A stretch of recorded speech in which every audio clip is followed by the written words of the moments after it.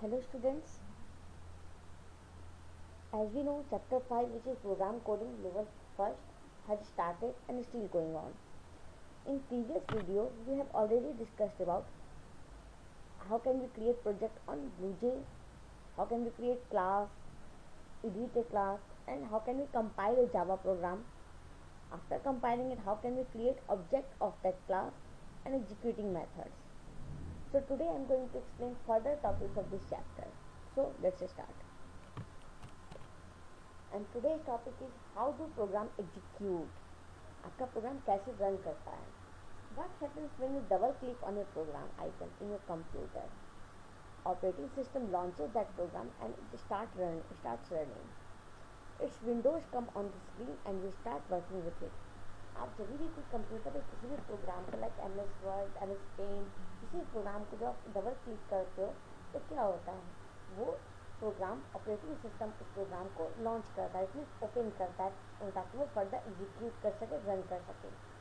तो रन आप कैसे पता चलता है, आपको मालूम पड़ता है कि प्रोग्राम लॉन्च हो चुका है क्योंकि उसका विंडो आपके सामने ओपन हो जाता है.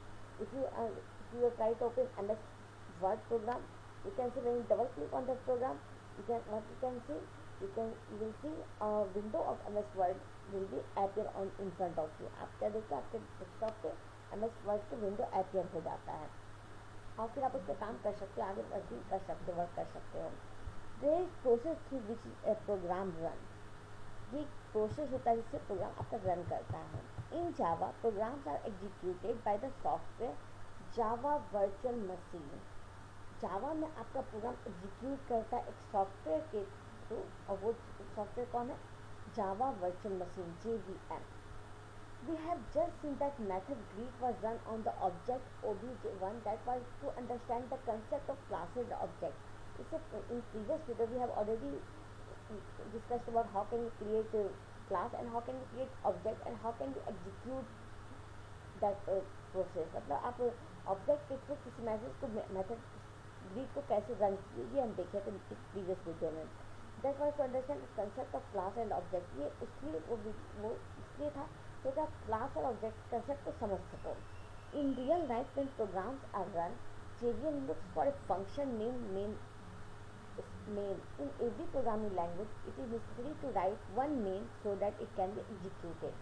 रियल लाइफ में क्या होता है, जब हम प्रोग्राम रन करते हैं तो JVM जो आता है, जो सॉफ्टवेयर होता है जो कि जावा में प्रोग्राम को एग्जीक्यूट करता है, वो एक फंक्शन को ढूंढता है और वो फंक्शन क्या है, मेन फंक्शन. सारे in every programming language it is necessary to write one main so that it can be executed. हर प्रोग्रामिंग लैंग्वेज में ये बहुत ज़रूरी होता है एक मेन फंक्शन को लिखना ताकि आपका प्रोग्राम फर्दर एग्जीक्यूट कर सकें. If your program has multiple classes then primary class should have main function return in it. अगर आपके पास ऐसा प्रोग्राम है जहाँ बहुत सारी क्लासेज आप मतलब वहाँ पे डिफाइन कर चुके, शो कर चुके, तो वैसे में क्या है, प्राइमरी क्लास में आपका मेन फंक्शन होना ही चाहिए. Let us learn how do we include main function in our class my class. अब आपको ये देखना है कि आप अपने जो भी प्रोजेक्ट आप बना रहे होते, किसी भी आप नाम का आप जो प्रोजेक्ट बनाते हो उसमें हम मेन फंक्शन कैसे यूज़ करेंगे. Main function in Java look like this. आपका मेन फंक्शन आपके जावा में इस तरह से दिखेगा, like public static void main, then small bracket start string str, then small bracket close. ये आपका मेन फंक्शन बिल्कुल इस तरह से दिखेगा जावा में. Okay, so here you can C middle bracket open and close. It is like any other function you write, but it execute very first, and from here rest of your program progress further in execution. आपका जो ये function होता है ये ऐसा होता है कि आप इसको सबसे पहले, ये ऐसे फंक्शन है जिसे आप सबसे पहले आप इसको एग्जीक्यूट करते हो. जावा में जैसे प्रोग्रामिंग आप करते हो, आप बिल्कुल ये वैसे ही फंक्शन लिखता है जैसे आप खाली प्रोग्रामिंग कर रहे हो तो खाली कोडिंग कर रहे हो तो फंक्शन लिखते हो. बट ये जो मेन फंक्शन है आपका पब्लिक स्टैटिक वॉइड मेन जो फंक्शन है आपका, ये सबसे पहले आपके प्रोग्रामिंग में एग्जीक्यूट होता है, रन करता है. Rest of your program progresses further in execution. और बाकी के जितने भी प्रोग्राम्स होते हैं आपके जावा प्रोग्रामिंग में जो आप यूज़ कर रहे हो, तो फंक्शन यूज़ कर रहे हो तो उसके बाद एग्जीक्यूट करते हैं. सो what is public static and void. Public static और वॉइड जो आपके मेन फंक्शन में यूज हो रहा है वो क्या है. So public means that main function can be access by the JVM to execute it. Public means आप ऐसे समझ सकते हो कि पब्लिक आपका एक कीवर्ड है जो कि एक्सेस स्पेसिफायर भी कहा जाता है। ये public means that main function can be access by the JVM to execute it. It means public means ये आपका पब्लिक हो जाता है ताकि JVM जो है, जो सॉफ्टवेयर है जावा प्रोग्रामिंग को एग्जीक्यूट करने के लिए, वो मेन फंक्शन को एक्सेस कर सके। दैट्स वाई आपके मेन फंक्शन को पब्लिक किया जाता है।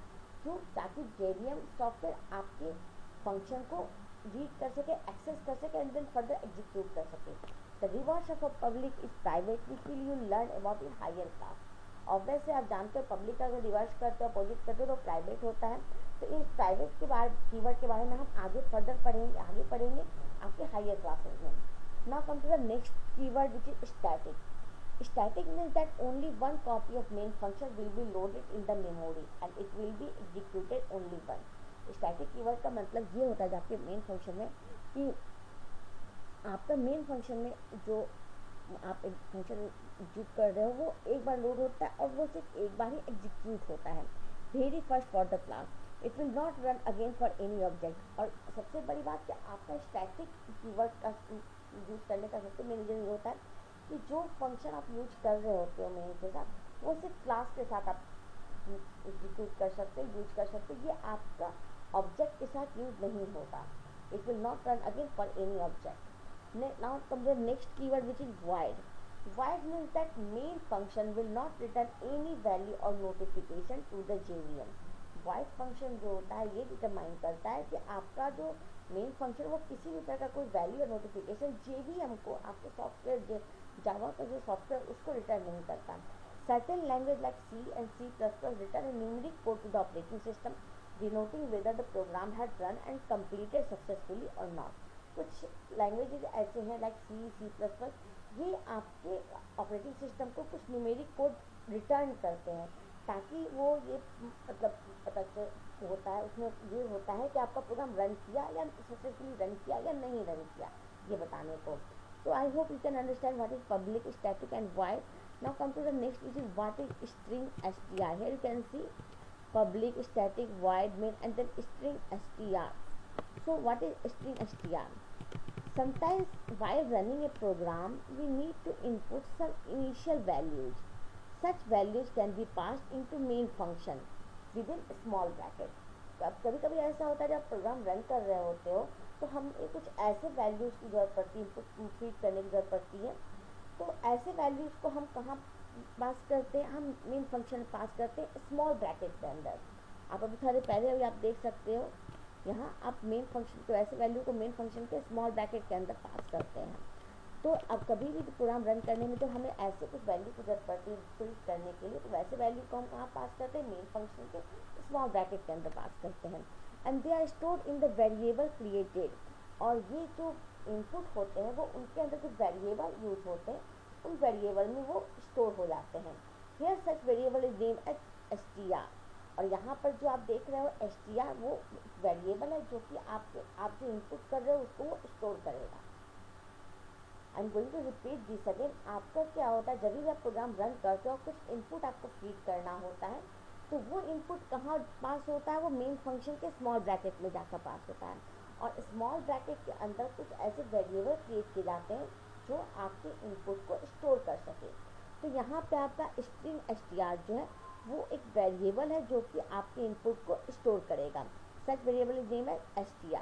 This type of variable should be string, और जो वेरिएबल होगा वो स्ट्रिंग होगा। इसमें अल्फ़ाबेटिकल कैरेक्टर ये हो सकता है, okay.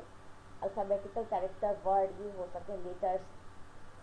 This bracket means that several values can be passed in variable str by running a program। अब बिग ब्रैकेट का मतलब ये होता है जो भी वैल्यू आप पास किए हो उसमें वो आपके वेरिएबल str में जो भी आप वैल्यू पास किए हो, जो भी वैल्यू से फीड किए हो, वो जब आपका प्रोग्राम रन करेगा तो वो साथ में आपका एग्जीक्यूट होगा। The value pass to main function while running a program are called command line arguments और प्रोग्राम एग्जीक्यूशन आर्गूमेंट्स। इसका मतलब क्या हुआ कि the value pass to main function में जो वैल्यू पास करते हैं प्रोग्राम रन करने के वक्त या दौरान आप कह सकते हो, वो वैल्यू कहलाता है command line arguments. Now come to the next which is you will learn in detail about main and command line arguments in a higher class। अब ये कमांड लाइन आर्गूमेंट्स और प्रोग्राम एग्जीक्यूशन आर्गूमेंट्स क्या है, इनके बारे में आप higher class में आप पढ़ोगे. So let us add a main in our class. My class is display a message higher में main function. Now अब हम लोग क्या करेंगे, हम उनके सॉफ्टवेयर पर वर्क करेंगे जिससे हम लोग अपने क्लास में जो हम क्लास क्रिएट करते हैं वहाँ हम एक सॉरी हम अपने जो आप प्रोग्राम प्रोजेक्ट क्रिएट करोगे उसमें हम एक नया मैसेज डिस्प्ले करेंगे, high I am main function. So what we have to do for this, open program editor and add main function as shown here. आपको अपने program editor open करना है and you have to add main function as shown here. Here you can see add public static void main string str. जिस तरह से यहाँ पर mention है बिल्कुल आपको वैसे ही अपने प्रोग्राम एडिटर पे ऐड करना है. So let me show you how can you add. So first of all go to your BlueJ software, open that software,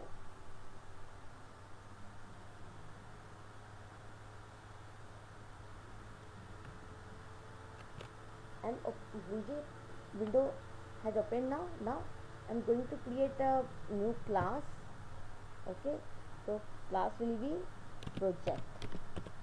Okay, whatever name you want to assign for your class you can assign that. Okay, after creating project, now go to the just double click on it and your text editor will be open. You can see this is the text editor. ये open हो गया है. आपको बाकी सारे as I have already discuss in previous video, आपको जब text editor open होगा तो पब्लिक ब्लॉक के अलावा बाकी सारी जो आपकी कोडिंग है उसको डिलीट करना है. Then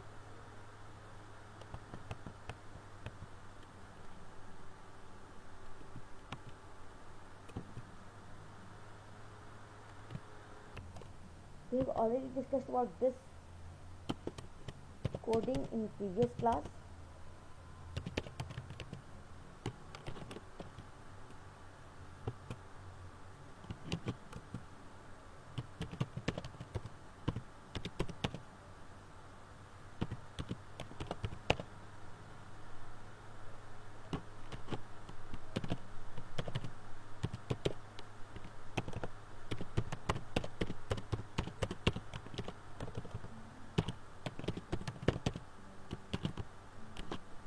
Here you can see same coding we have discussed in previous video. So now in this video, today's video, I am going to add main function in this coding. So as your जैसा कि आपके book में लिखा था कि आपको अपने program editor में ऐड मेन फंक्शन को ऐड करना है. So now I am going to add main function. So what is the coding, public keyword, then static keyword, then void keyword and then main keyword. After that आपका जो भी अभी थोड़े पहले आपको बताया कि जो भी आप इनिशियल वैल्यू जो आप फीड करते हो वो कहाँ सेव होता है, मेन फंक्शन में. मेन फंक्शन के इस स्मॉल ब्रैकेट में सेव होता है. तो आपको मेन फंक्शन के स्मॉल ब्रैकेट में जाना है and then string string string and then str big bracket open close. Here you go. Now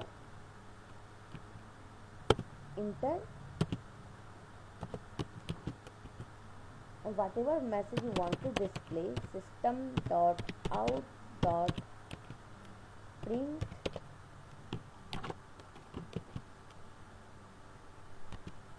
hi I am main function. This is the message which I want to display. Now semicolon, come to the next line and middle bracket close. तो ये आपका ये हो गया आपका coding, आपका ये main function add हो चुका है आपके टेक्स्ट एडिटर में. Now let's read further.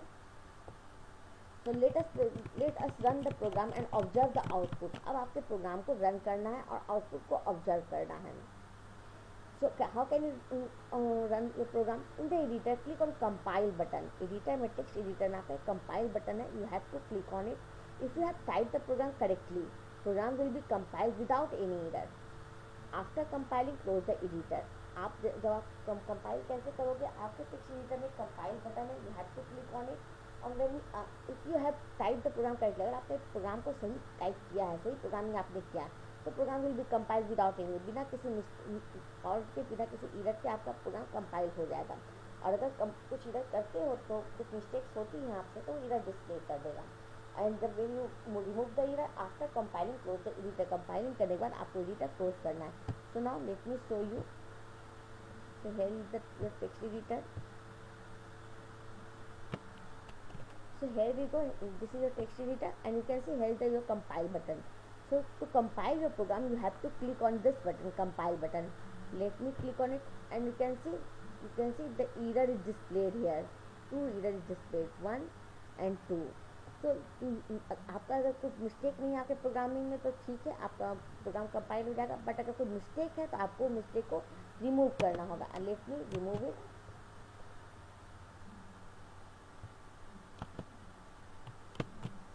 Now after removing compile the program, and you can see your program is compile with, क्योंकि आपको बता चुके थे लास्ट वीडियो में कि जब तक कंपाइल नहीं करते आपका जो क्लास बटन होता है वो स्लैंट लाइन से भरा होता है, लेकिन आफ्टर कंपाइलिंग कंप्लीट होने के बाद वो जो स्लैंट तिरछी लाइन्स होती हैं वो रिमूव हो जाती हैं।